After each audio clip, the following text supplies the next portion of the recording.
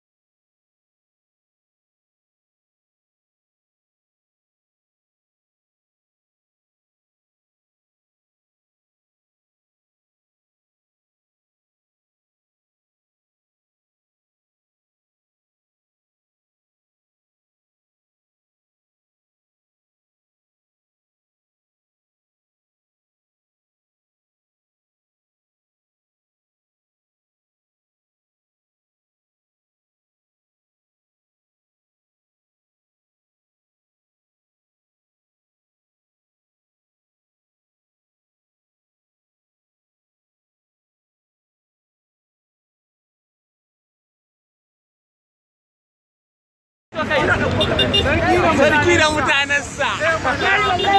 sarki da mutanensa sarki da mutanensa